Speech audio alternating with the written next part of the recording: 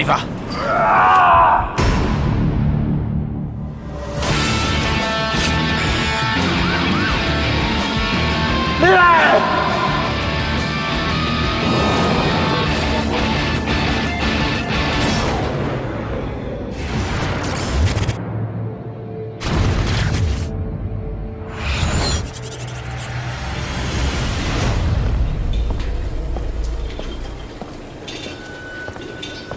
Je m'appelle Randall Reed. J'ai 9 fractures, mais je ne suis pas à l'hôpital. Je suis dans l'aile médicale de la prison du comté d'Indian River, en Floride.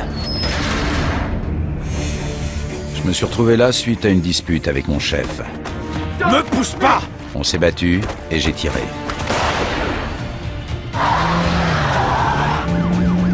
J'ai tenté d'échapper à la police, mais je me suis planté.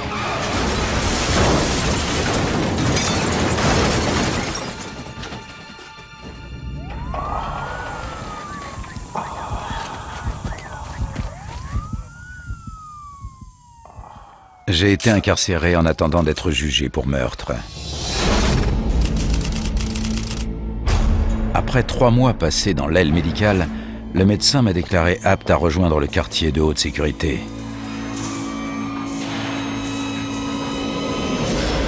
Je me suis retrouvé au milieu de violeurs, de meurtriers et de violents criminels.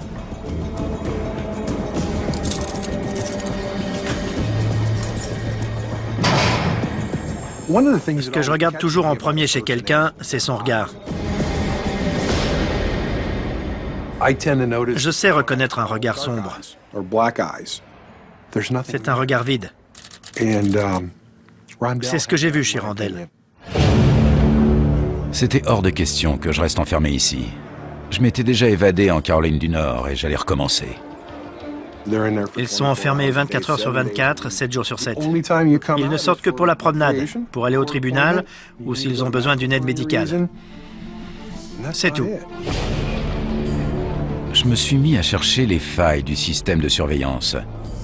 On nous observait en permanence. Les surveillants nous avaient à l'œil derrière les vitres sans teint. Il y avait des caméras partout et on nous comptait toutes les heures. Quand les surveillants arrivent, ils commencent par compter l'effectif de leur bâtiment.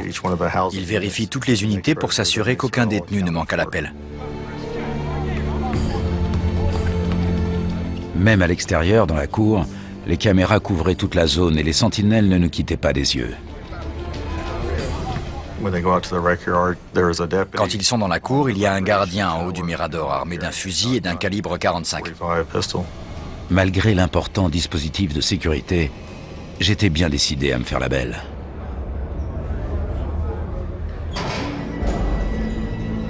J'ai demandé aux autres prisonniers s'ils connaissaient le point faible de la prison.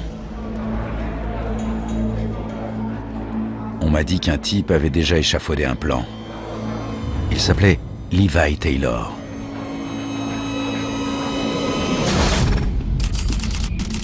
Levi allait être jugé pour meurtre avec préméditation. Lui non plus n'avait pas l'intention de passer le reste de sa vie derrière des barreaux. De par la nature de son crime, il était considéré comme dangereux. Il avait déjà été accusé de violence et il n'était pas prêt de sortir.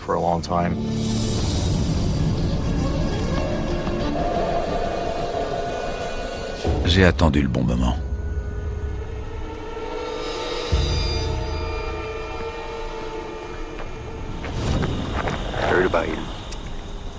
Qu'est-ce qu'on t'a dit?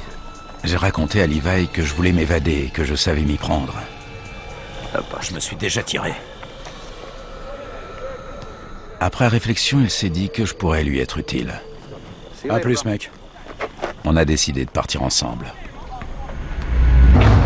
J'ai été transféré dans la cellule de Levi. Les surveillants ne se doutaient de rien. On pouvait dormir où on voulait tant que l'effectif était au complet. Une fois tranquille, on a élaboré un plan.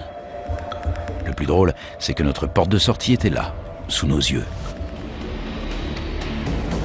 Il y avait une trappe de ventilation dans notre cellule. Derrière cette trappe se trouvait la remise, dont la porte donnait sur la cour. Si on arrivait à atteindre cette porte via la ventilation, on pouvait sortir et franchir la clôture. Mais il y avait un problème. Et les barreaux? Le conduit était protégé par des barreaux en acier. Pour atteindre la remise, il fallait les scier. Heureusement, Levi avait déjà tout prévu.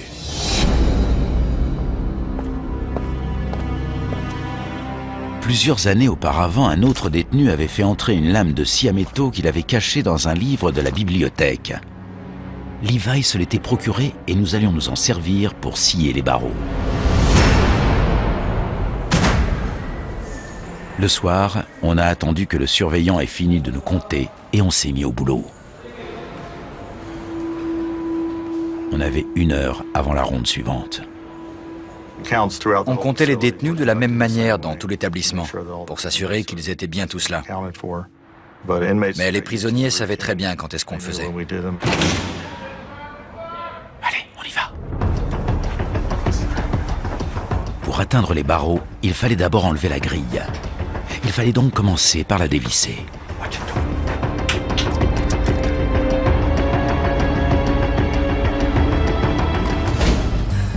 T'es prêt? Cette étape terminée, on a pu commencer à scier les barreaux.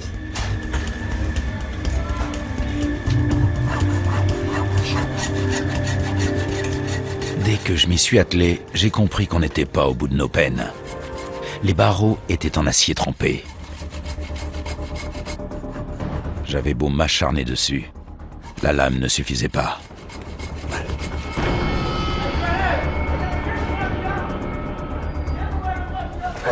Attends, essaie de couper à la base.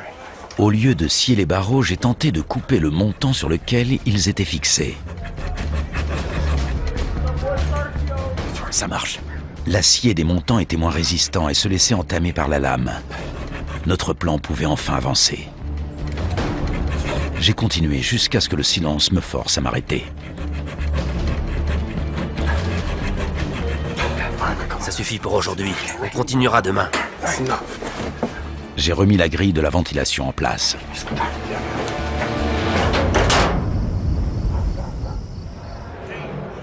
Notre plan semblait infaillible. Mais j'avais peur qu'un gardien ne s'aperçoive de notre petit manège.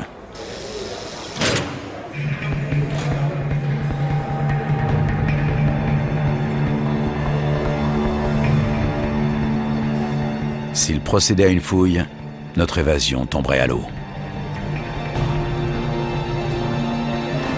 Heureusement, les gardiens n'ont rien remarqué.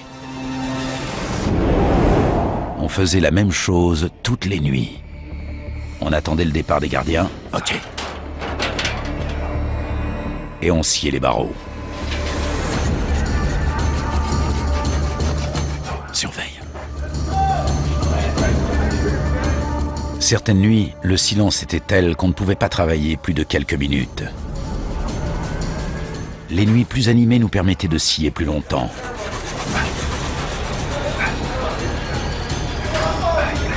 Enfin, après beaucoup d'efforts, un barreau a fini par céder.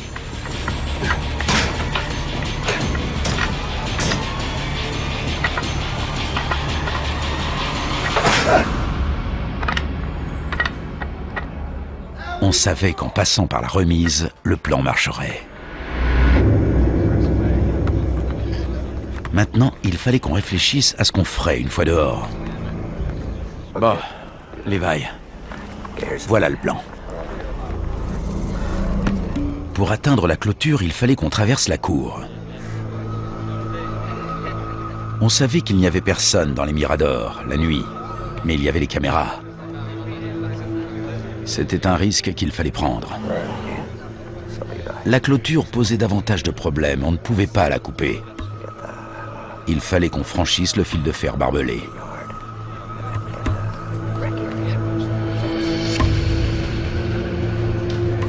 Si on parvenait à sortir indemne, il fallait ensuite échapper à la police. Levi avait une bonne idée, une voiture. Il connaissait quelqu'un prêt à nous attendre. Sa petite amie, Sadie Welker. Dans le quartier de haute sécurité, les détenus ont droit à 2 heures de visite par semaine. Ça va, ma chérie? Super. Et toi? Les visites se passent dans l'enceinte de la prison et se font par vidéo interposée.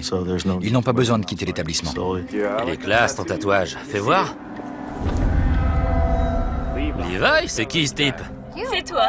Il était impossible de lui transmettre un message.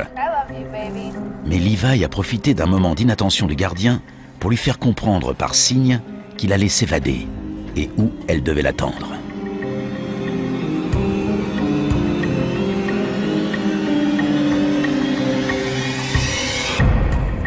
Faut que j'y aille. Je t'aime.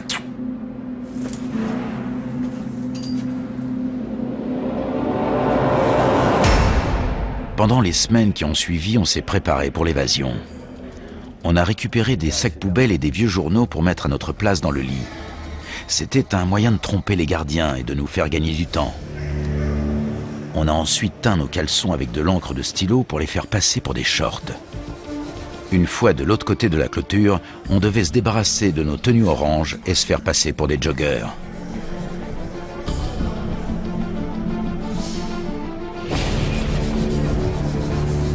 À force de s'acharner, on a fini par scier tous les barreaux.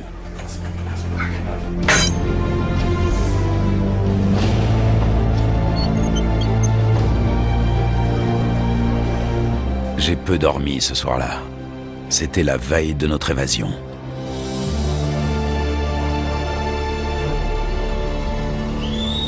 La nuit suivante, on a attendu la dernière ronde et l'extinction des feux. Les gardiens partis, on a mis notre plan à exécution. Passer par la trappe de la ventilation pour atteindre la remise et s'enfuir.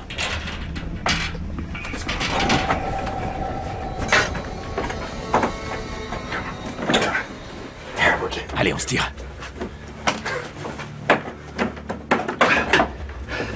Ça y est, super, on y va. Il fallait faire vite. On avait 1 heure avant le retour des gardiens.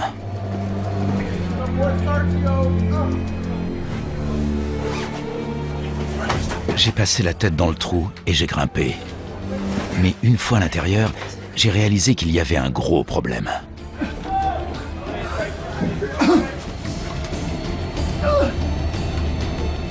Qu'est-ce qui se passe? J'étais coincé. Je suis trop gros, je suis coincé. T'es coincé? Je peux pas bouger. Aide-moi, je peux pas bouger. Je peux pas respirer.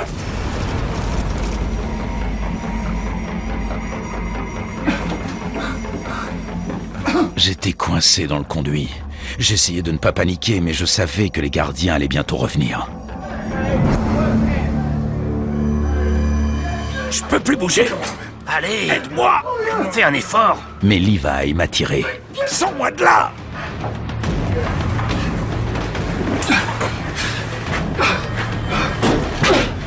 J'étais soulagé d'être sorti, mais furieux de ne pas être passé.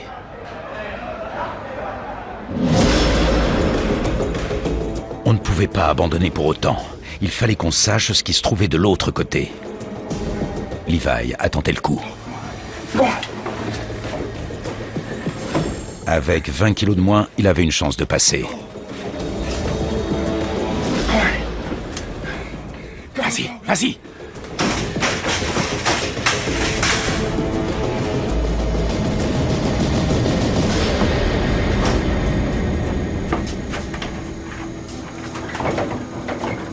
Levi! Levi! Qu'est-ce que tu fais?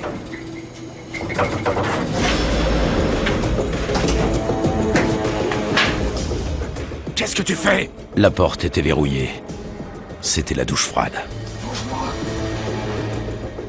Ressors. Ressors, allez.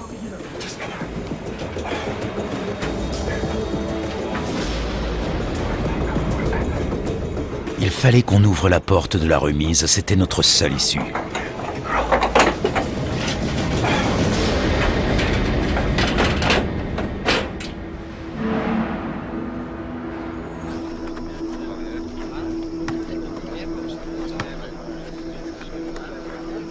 Cette porte est notre seule chance.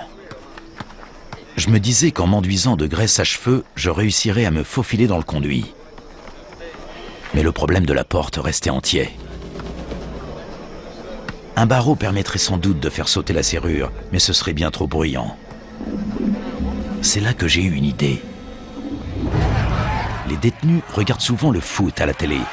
Les éclats de voix permettraient de couvrir le bruit de la porte.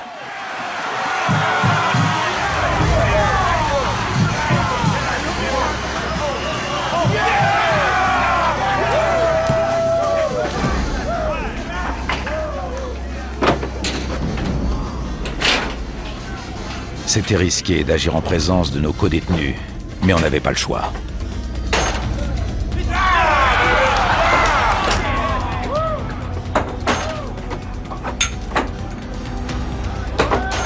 Levi s'est introduit dans la remise.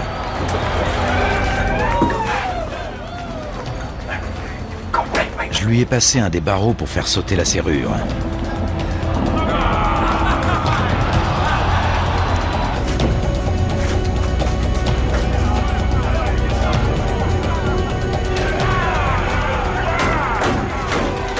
Levi faisait un bruit assourdissant en essayant de forcer la serrure.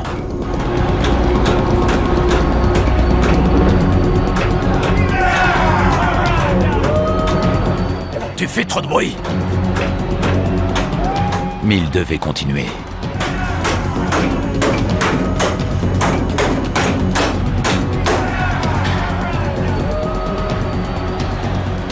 Et la serrure a fini par céder.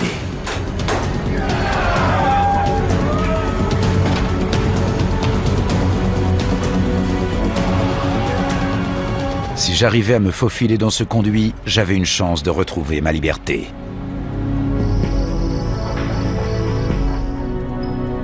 On était prêt à partir. Dès que les gardiens sont sortis, on s'est levé. On n'avait qu'une heure avant leur retour. On y va.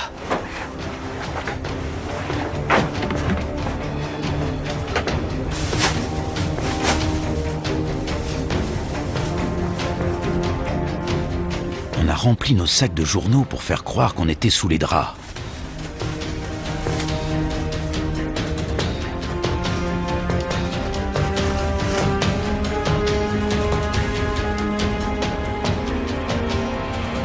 J'ai décroché la grille.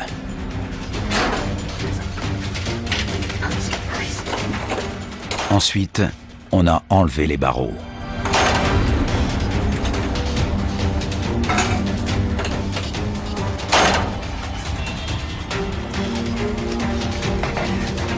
Je me suis entièrement enduit de graisse pour cheveux. Je priais pour que ça fonctionne.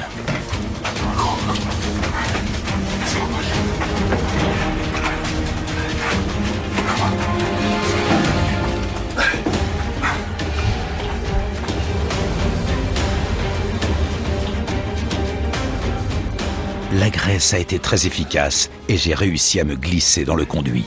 Tiens, prends ça! Donne!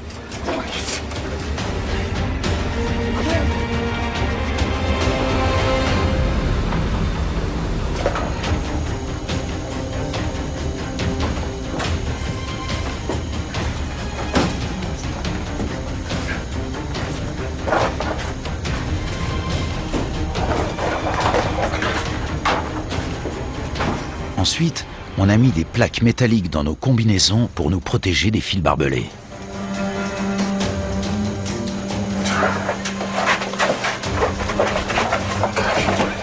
Serre bien. C'est bon? On y va. Attends.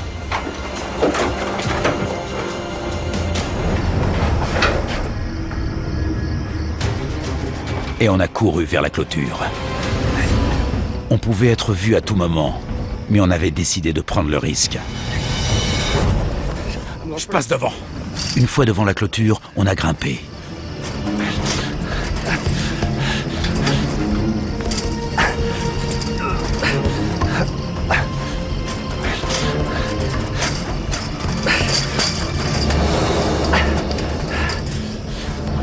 J'ai posé un drap sur les barbelés.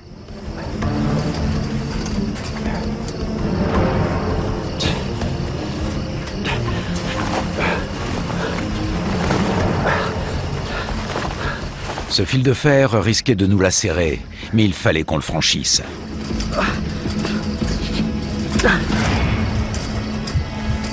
Au sommet de cette clôture, j'étais facilement repérable.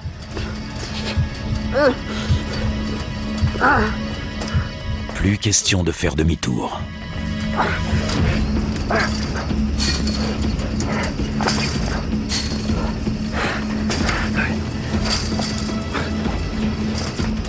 Une fois de l'autre côté, Levi m'a suivi.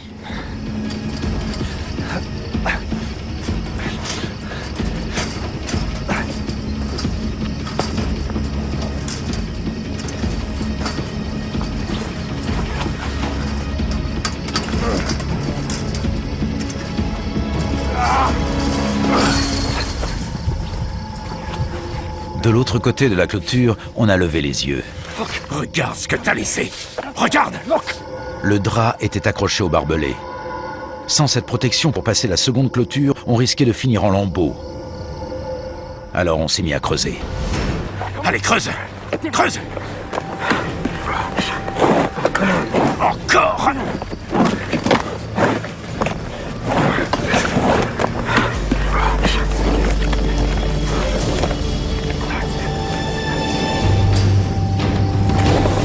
Heureusement, la terre était meuble.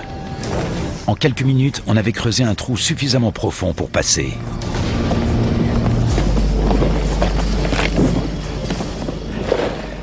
Continue. Allez, on y va. Viens, viens. Vas-y, traîne pas. Allez, allez.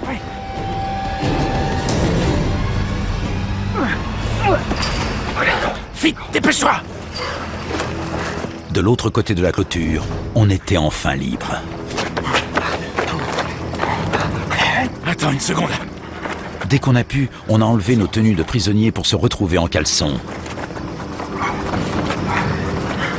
Allez, grouille! Faut se manier. On est parti vers le nord, en espérant retrouver Sadie. Vas-y, fonce!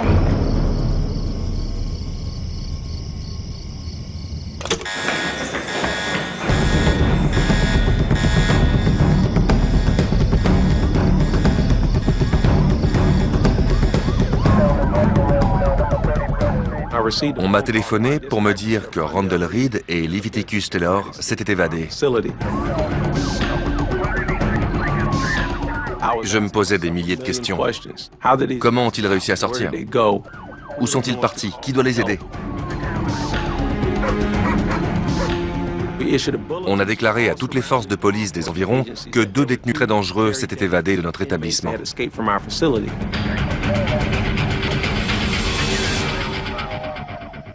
Je tenais à remettre ces 2 hommes derrière les barreaux le plus vite possible. Quelques rues plus loin, j'étais épuisé. Par là. Elle doit être là-bas. Mon genou me faisait atrocement mal. Je n'avais pas couru depuis mon accident de voiture et j'avais besoin de faire une pause. J'ai vu un banc et je me suis assis pour reprendre mon souffle. T'arrêtes pas, mec. Attends-moi une seconde. Attends, faut que je souffle. Attends-moi, s'il te plaît.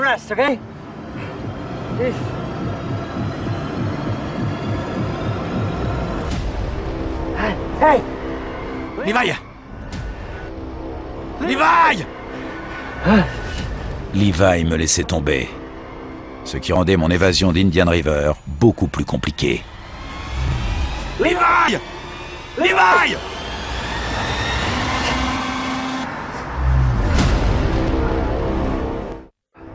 Levi! Levi!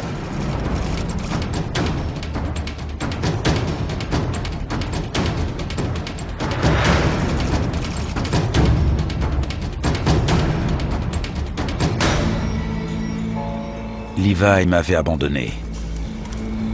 Sans la voiture de sa petite amie qui devait l'attendre, il ne me restait plus qu'à marcher. Je suis tombé sur une voie ferrée et j'ai suivi les rails vers le nord. Ma douleur au genou était insupportable. Je trébuchais à chaque pas. Mais je ne pensais qu'à une chose. Avancer. Je savais que toute la police du comté était à mes trousses.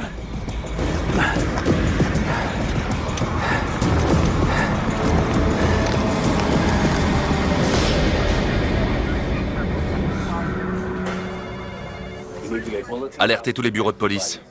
Ils pouvaient être n'importe où en Floride. C'était très difficile de savoir quelle direction ils avaient prise. Ça donne quoi? Je pense qu'ils sont partis vers le nord. On sait d'expérience qu'avant de s'évader, les détenus contactent quelqu'un de l'extérieur. Ils ne veulent pas risquer de se retrouver seuls une fois dehors. J'ai jeté un œil au parloir de Leviticus Taylor et j'ai vu que le nom de Sadie Walker apparaissait souvent.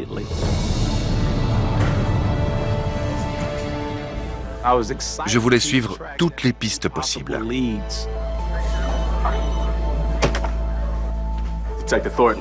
C'est là que j'ai reçu un appel de la police de Stewart qui avait été en contact avec Sadie Walker. Un agent de police avait arrêté une voiture dont le feu arrière était cassé. L'officier avait remarqué qu'elle avait le nom de Levi tatoué à l'œil gauche.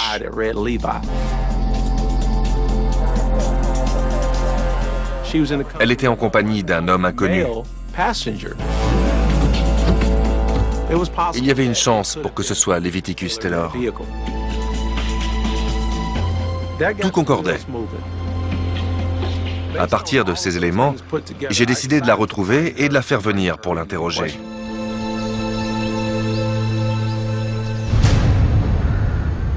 Au lever du jour, j'ai trouvé une maison abandonnée.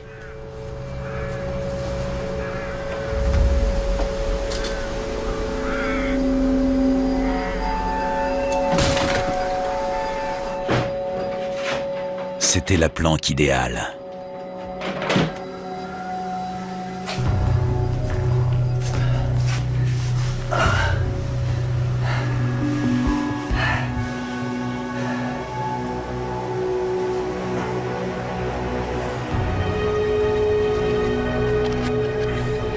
J'étais épuisé.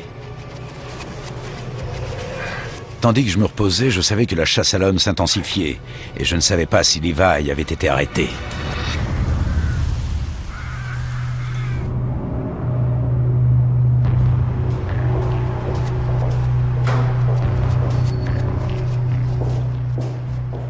L'officier est arrivé au bureau du shérif avec Sadie. J'ai commencé mon interrogatoire tout en douceur.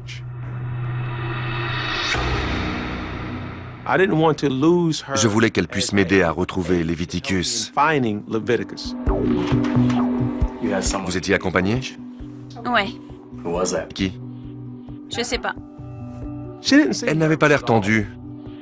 Elle riait. Elle souriait. Quand je lui ai demandé qui était le passager, c'était un homme, une femme, elle n'a rien lâché. Vous ne savez pas? Non. Je n'avais aucun élément pour la garder.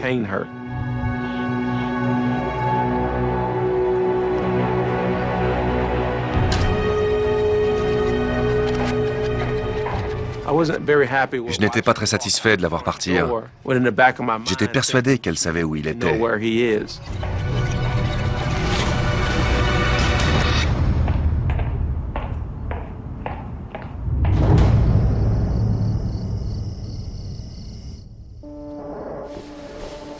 Dans cette maison, j'ai fait d'horribles cauchemars.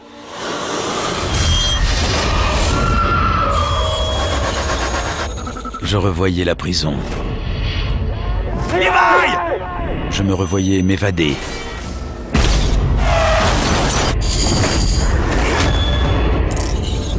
Tirer sur mon ancien patron. Ne pousse pas! Il fallait que je quitte cette maison, que je change de planque.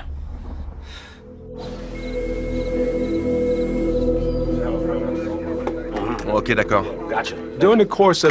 Au cours de l'enquête, j'ai vu un message étonnant sur la page Facebook de Sadie Walker. On pouvait lire « Levi libre ». J'ai trouvé ça bizarre. Pendant l'interrogatoire, elle disait ne rien savoir au sujet de son évasion.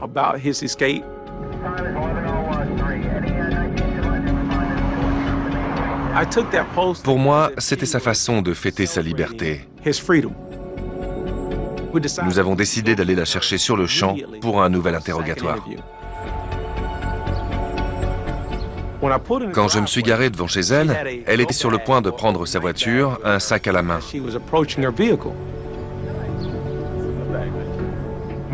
Pour ce deuxième interrogatoire, je voulais des aveux.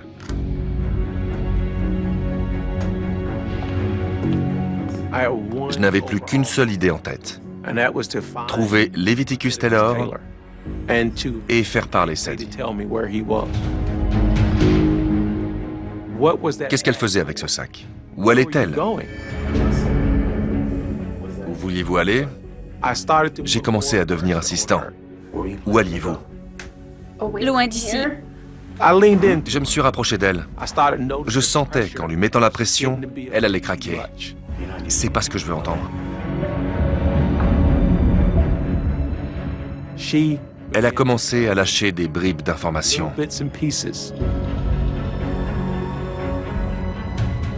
Il était dans la voiture. Vous êtes allé le chercher?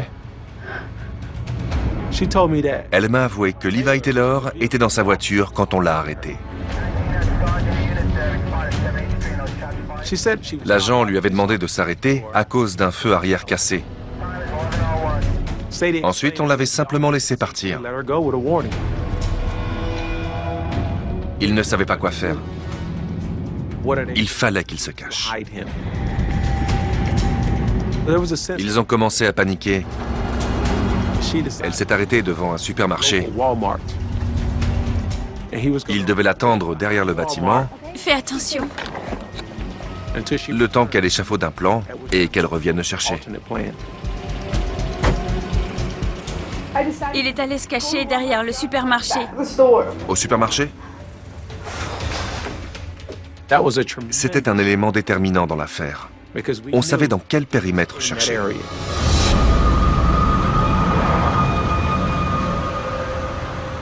On est tout de suite parti au supermarché. J'ai reçu un message radio. Je crois qu'on le tient. L'agent d'ORT me disait « Bill, je crois qu'on le tient ».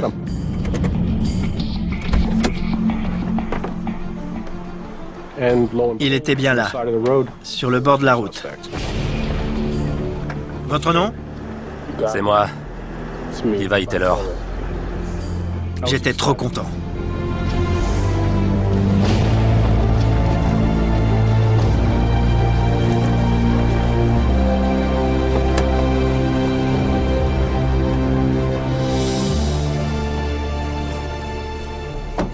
J'étais aux anges.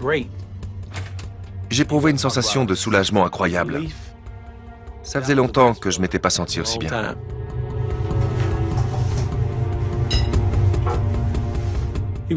On l'a amené au bureau du shérif et on l'a placé dans une salle pour que je puisse l'interroger au sujet de son évasion et de celle de Randall Reed. Pour moi, l'évadé le plus dangereux courait toujours. Il y a une règle d'or. On ne se dénonce pas. On ne parle pas du plan de ses codétenus. Et il s'y tenait. Où est Randall? Quand est-ce que tu l'as vu pour la dernière fois? Il m'a dit... Écoutez, ramenez-moi en prison, je dirai rien. Je suis pas une balance. Débrouillez-vous tout seul.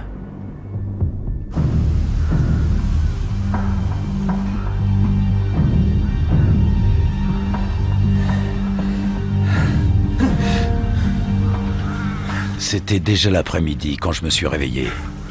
Je m'en voulais d'être encore si près de la prison. Tous les muscles de mon corps me faisaient souffrir, mais il fallait que j'y aille.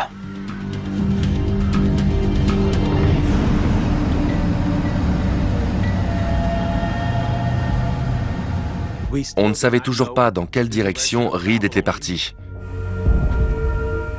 On n'avait trouvé aucune piste. C'était comme s'il avait disparu. dira rien. Je vais essayer autre chose.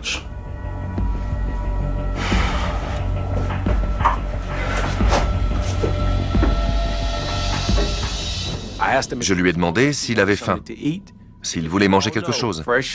On sait tous que la nourriture peut parfois délier les langues.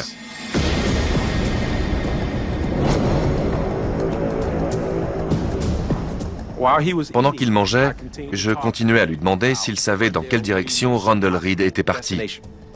Il savait forcément quelque chose. Je lui ai expliqué qu'il fallait que je le retrouve, que tout dépendait de lui. Je lui ai demandé de me montrer le chemin. Si on allait voir tout de suite. Maintenant? Ouais. Vous êtes prêts? Prenez vos affaires avec vous. Et il a accepté, étonnamment.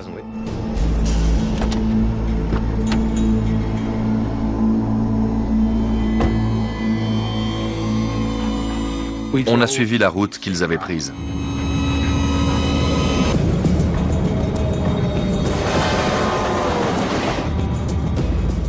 Levi Taylor m'a expliqué que Randall Reed avait dû se reposer sur un banc. À gauche, on devrait voir un banc. Et voilà. D'après lui, Randall Reed était encore dans le quartier. Vous êtes sûr? J'en suis certain. C'était un moment charnière de l'enquête.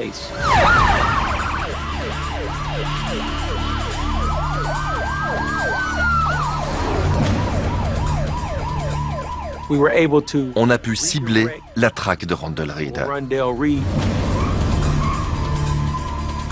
Levi nous a indiqué où chercher. Il nous a mis sur une très bonne piste.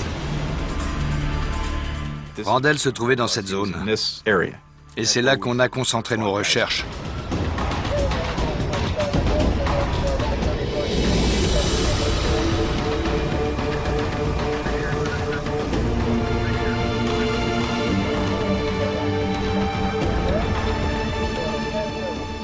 On était déçus. Ça n'avait rien donné. La seule chose qu'on savait, c'était l'endroit où Levi l'avait laissé. On n'avait aucune idée d'où il se cachait. C'était comme s'il avait disparu. Il s'était évaporé.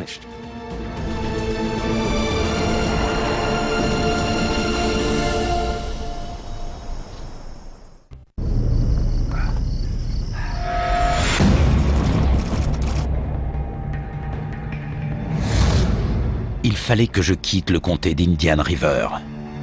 Plus je restais là, plus j'avais de chances de me faire attraper. J'ai marché près de 18 km jusqu'à la ville de Sebastian. Je marchais discrètement dans les rues sombres quand je me suis retrouvé devant un garage. Je savais qu'une de ces voitures pourrait me permettre de quitter la Floride.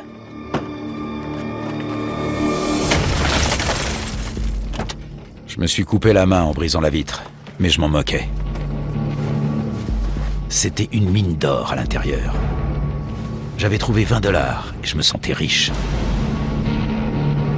J'ai enfilé un pantalon qui traînait et tenté de démarrer le véhicule. Sans succès. Du coup, je suis parti.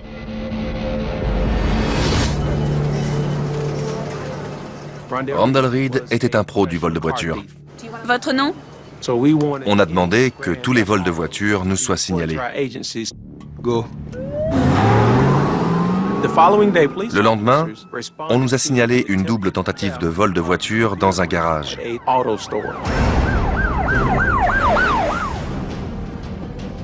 On était sur la bonne piste. D'accord. J'ai contacté la police scientifique pour qu'ils se rendent sur les lieux et relèvent les indices.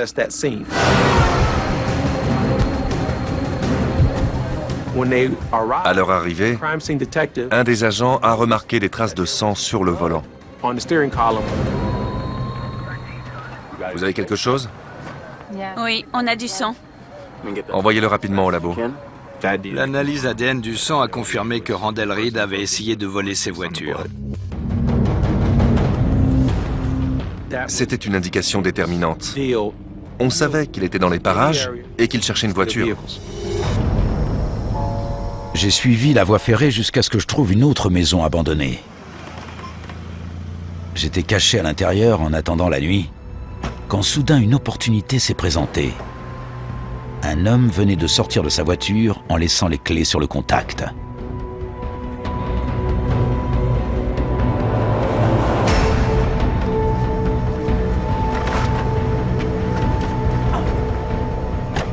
Je pouvais enfin quitter Indian River et échapper à la police. Une heure plus tard, on nous a signalé un vol de voiture non loin du garage où les autres tentatives avaient eu lieu. C'était une bonne nouvelle. On était sûr que c'était lui. J'avais prévu qu'il agirait comme ça. On était à deux doigts de le serrer. Je savais que c'était Randall. C'était une bonne et une mauvaise nouvelle. Certes, il avait refait surface, mais maintenant, il était motorisé. Au volant de ma voiture volée, j'ai pris la direction du nord. Je voulais quitter la Floride le plus vite possible. Il fallait que je le retrouve. J'en faisais une affaire personnelle. On avait enfin retrouvé sa trace, mais il risquait de faire beaucoup de mal autour de lui en voulant fuir les forces de l'ordre. Dans ce genre de situation, ces gars n'ont plus rien à perdre. J'ai roulé pendant des heures, mais à hauteur de Knoxville, le niveau dans le réservoir commençait à baisser. Je me suis dirigé vers le centre. Il fallait que je change de voiture ou que je trouve du fric. Par chance, j'ai trouvé une proie facile, une femme seule.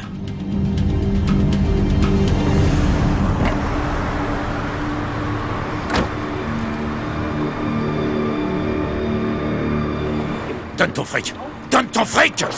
Comme elle se débattait, je lui ai planté mon couteau pour la blesser.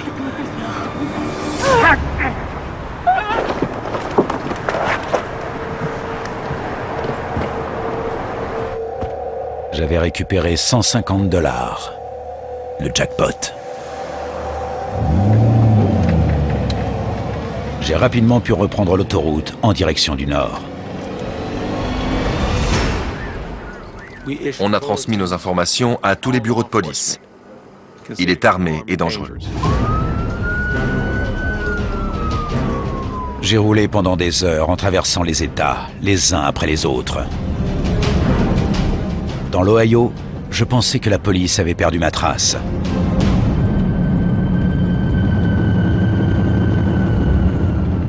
Mais les flics me suivaient.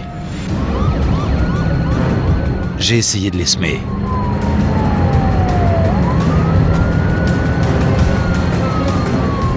J'ai perdu la partie dans un virage, avec un nouvel accident.